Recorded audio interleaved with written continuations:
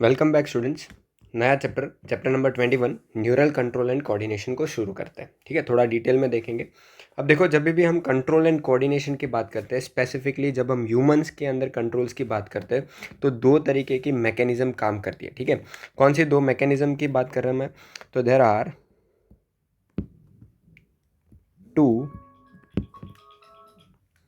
To types of mechanism, that is control mechanism is seen in human के अंदर दो types के mechanism होते हैं। कौन सा? तो पहले जब भी बात किया जाता है तो पहला होता है nervous control,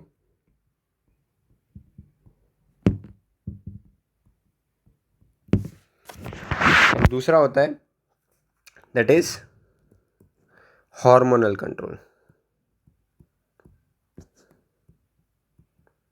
that is chemical control, क्योंकि हार्मोन एक केमिकल है। ठीक है, तो nervous control and hormone control दो तरीके से काम करता है। यहाँ पे हम न्यूरल कंट्रोल के बारे में बात करने वाले हैं। ठीक है, तो थोड़ी सी बात neural control that is nervous system की बात कर लेते हैं। ठीक है, we will be talking about nervous system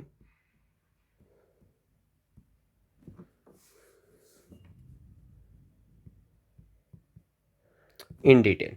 थोड़ी सी सबसे इंपॉर्टेंट चीज़, जब भी हम हार्मोनल कंट्रोल के साथ जब भी हम कंपेयर करते हैं, तो दो तीन चीज़ बहुत ज़्यादा इंपॉर्टेंट होती है।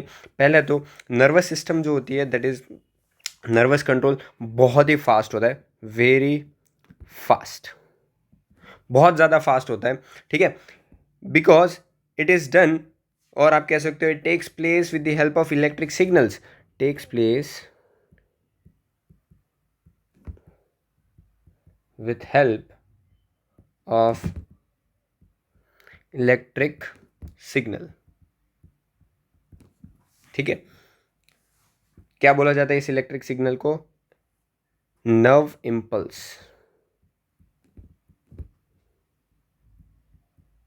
Nerve impulse. ठीक है, ये चीज़ ध्यान रखना। और ये नर्व इम्पल्स हमेशा कोई एक डायरेक्शन में होती है। ठीक है, ऑन या फिर in one specific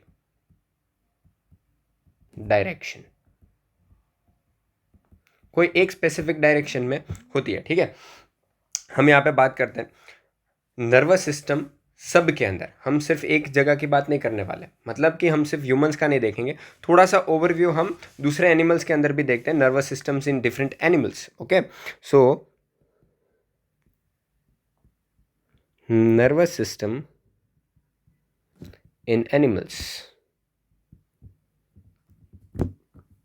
animals like basic, that is lower organism से लेके हायर ऑर्गेनिज्म सब की बात करते हैं। सबसे पहले स्पॉन्जेस, स्पॉन्जेस में नहीं होते न्यूरॉन्स, नहीं होते। क्या नहीं होते? न्यूरॉन्स।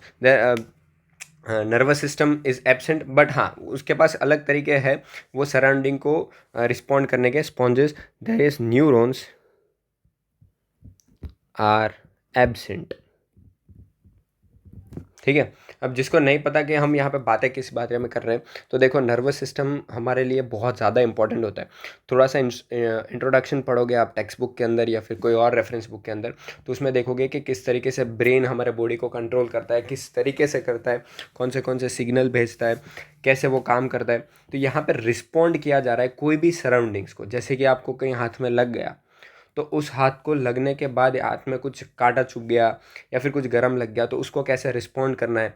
किसी गर्म चीज़ पे हाथ रख दिया तो वहाँ से हाथ हटा देना है।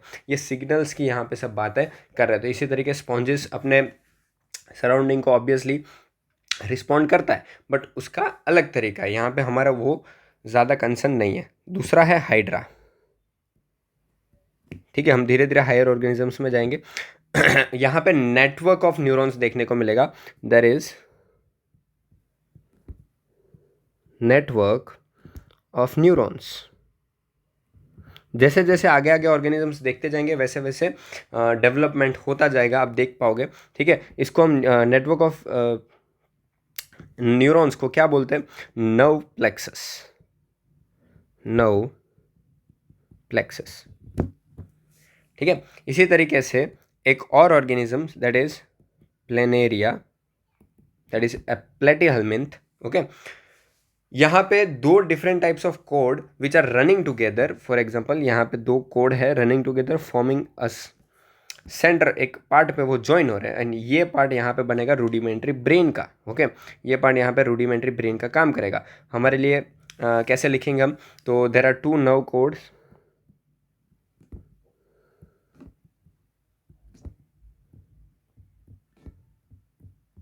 there are two nerve cord which form a rudimentary brain, which forms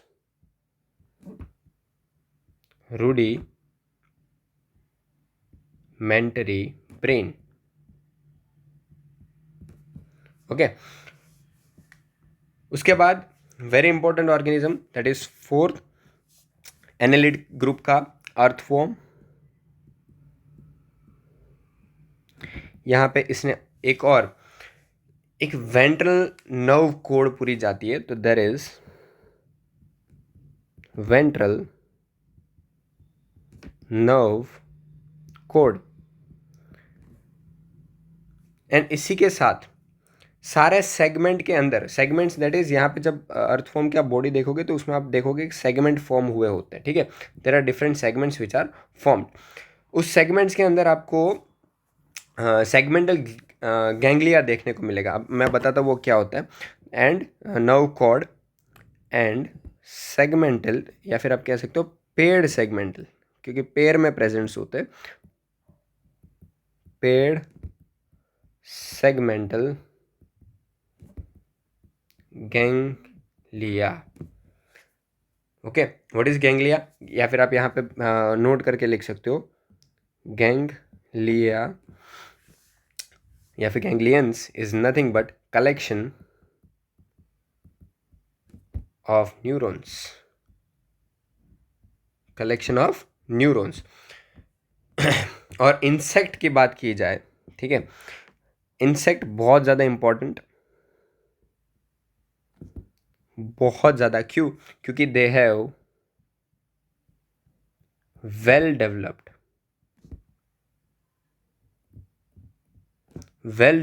nervous system.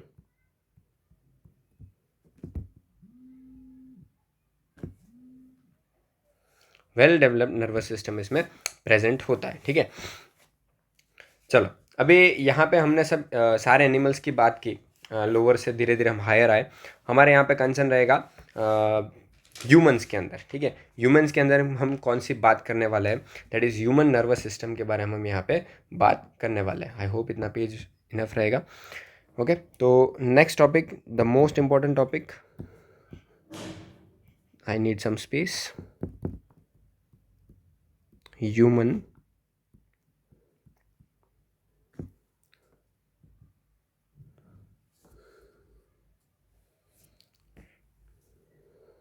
Nervous system.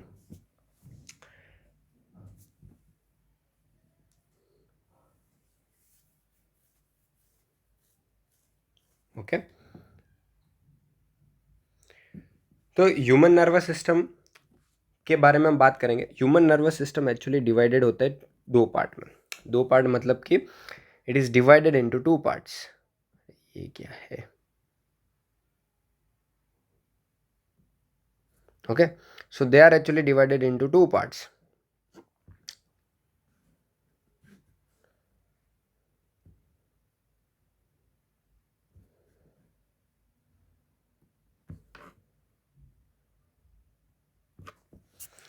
दो पार्ट हमारे लिए बहुत ज़्यादा इंपॉर्टेंट है। हमारा पूरा चैप्टर इसी के आजू बाजू रिवॉल्व करने वाला है, क्योंकि हम ह्यूमन नर्वस सिस्टम ही तो पढ़ रहे हैं। ठीक है, पहला है central nervous system. Okay, central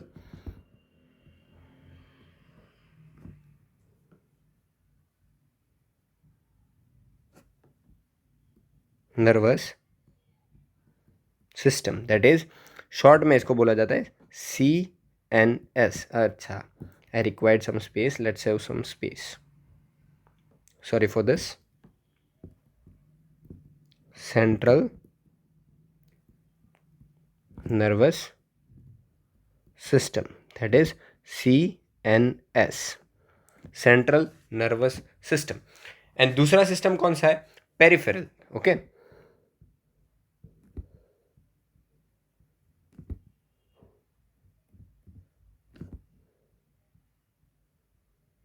peripheral nervous system, PNS।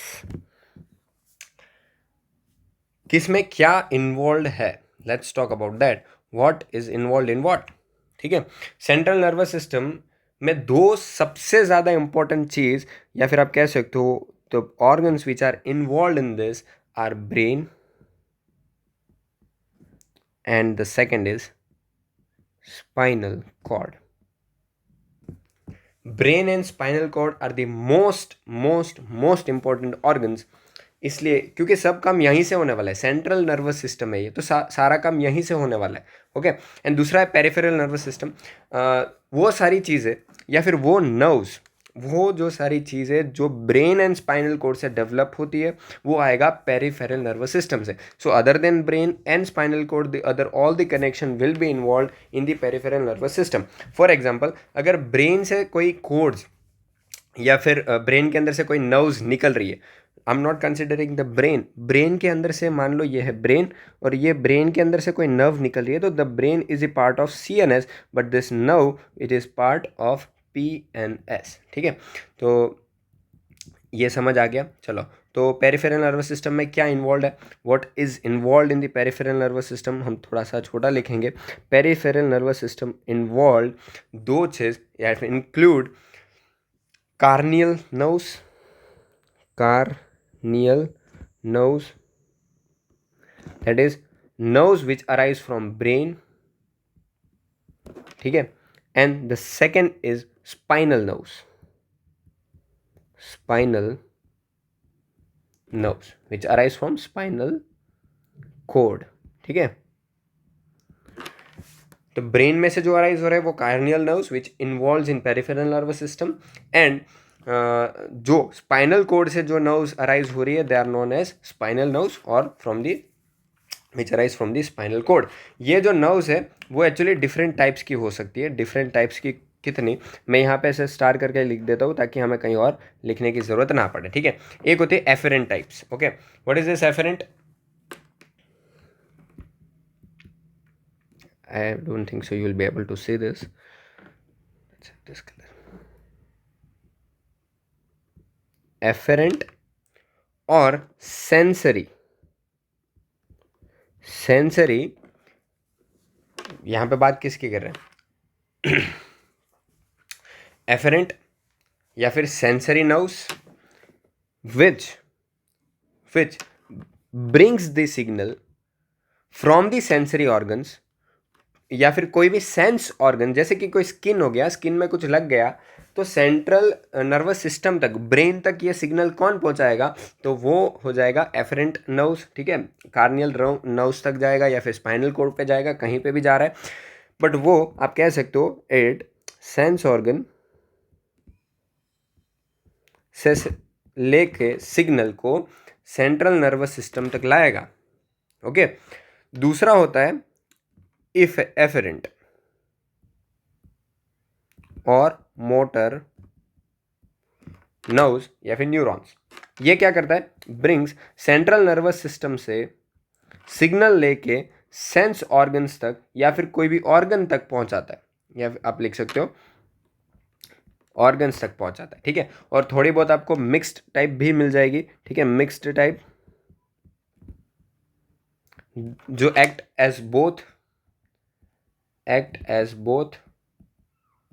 That is afferent and efferent. ठीक है, तो एफरेंट या फिर सेंसरी नर्व्स या फिर efferent that is motor neurons या फिर नर्व्स की हम यहाँ पे आगे बात करने वाले। अब देखो, पेरिफेरल नर्वस सिस्टम आगे दो पार्ट में डिवाइड होता है।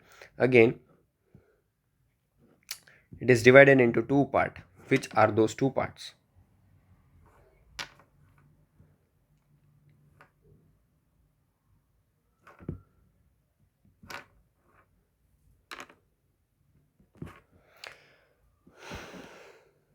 दो पार्ट कौन से? Somatic nervous system, yes somatic,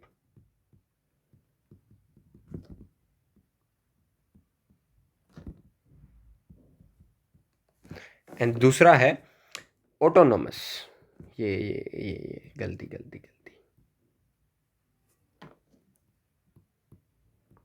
somatic nervous system, and दूसरा है ऑटोनोमस नोमिक नर्वस सिस्टम। ठीक है, दो टाइप के आगे आपको ये फर्दर डिवीजन मिलेगा किसमें, पीएनएस के अंदर। सोमेटिक क्या है, सोमेटिक नर्वस सिस्टम वो डायरेक्टली रिलेट करते with the skeletal muscle, they are directly related with the skeletal muscle. Skeletal muscle are something which is voluntary muscle, right. So इसको आप कह सकते हो वॉलेंटियरी एक्शन के लिए रिस्पॉन्सिबल है।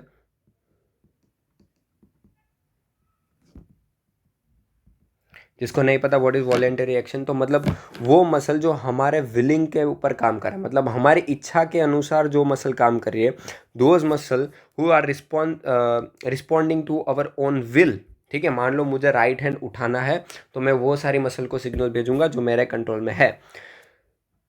दूसरा क्या होता है, अगर मेरे कंट्रोल में है या नहीं है का डिफरेंस क्या है, तो for example if I have to move my stomach, तो I can not do it by myself. ठीक है, पर मुझे अपना राइट हैंड उठाना है तो I can do it because the hands muscles are made up of skeletal muscle and बाकी smooth muscle which is not in our direct contact. ठीक है, क्यों ऐसा होता है, ये वॉलंटरी एक्शंस क्यों है somatic nervous system, because it directly supplies the nerve, जो इम्पल्स होती है directly supplies to skeletal muscle. ठीक है, इतना ये चीज़ याद रखना। एंड जो ऑटोनॉमिक नर्वस सिस्टम है, ऑटोनॉमिक नर्वस सिस्टम इसको हम कहेंगे इनवॉलेंटरी एक्शन के लिए रिस्पॉन्सिबल करेंगे। ठीक है,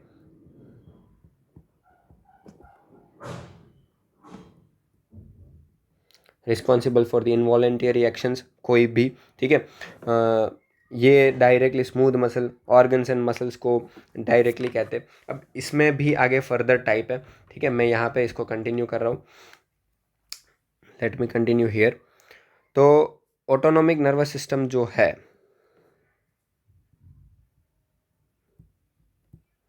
ऑटोनॉमिक नर्वस, ये क्या हो रहा है, ये आगे फर्दर दो पार्ट में divided, it is again divided into two parts.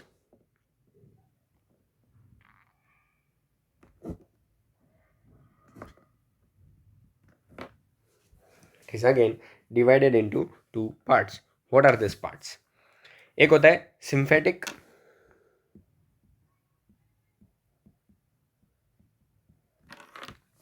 And दूसरा होता है पैरासिम्फेटिक।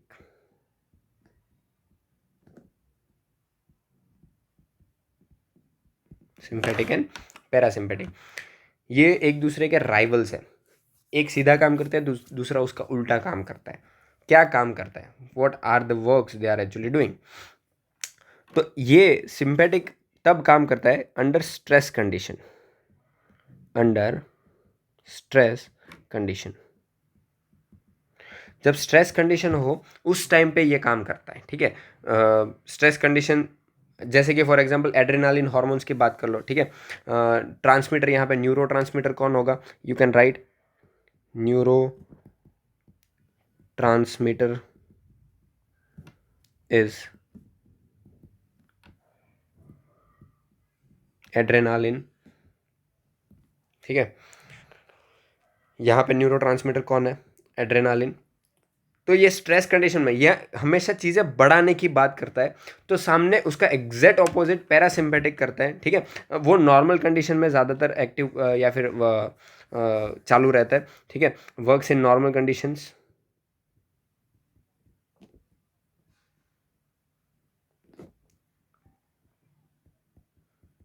ठीक है, तो यहाँ पे भी कोई न्यूरोट्रांसमीटर होगा कि नहीं, yes, neurotransmitter here is acetyl कोलाइन।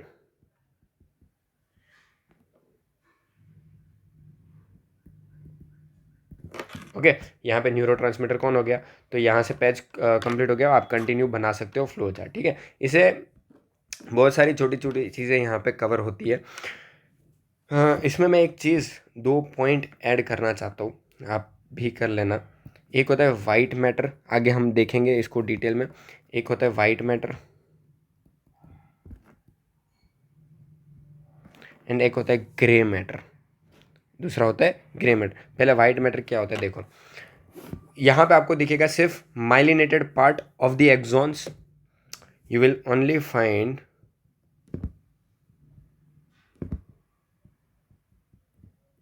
Myelinated part of neuron cells. अब नर्वस टिश्यू चाहे वो ब्रेन हो या कोई और जगह हो, तो ब्रेन और वो सब नर्वस टिश्यू बनता है दो टाइप के सेल से, that is ganglia and neurons.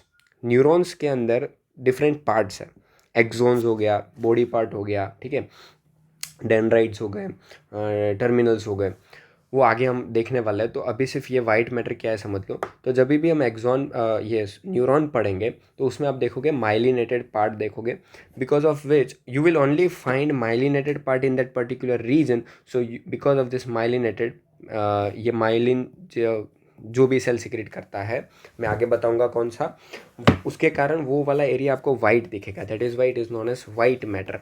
और इसी तरीके से एक और बनता है that is grey matter. Grey matter, यहाँ पे आपको साइटोन, दैट इज न्यूरॉन का बॉडी कह सकते हो, body part of neuron, cell body of neurons की मैं यहाँ पे बात कर रहा हूँ, प्लस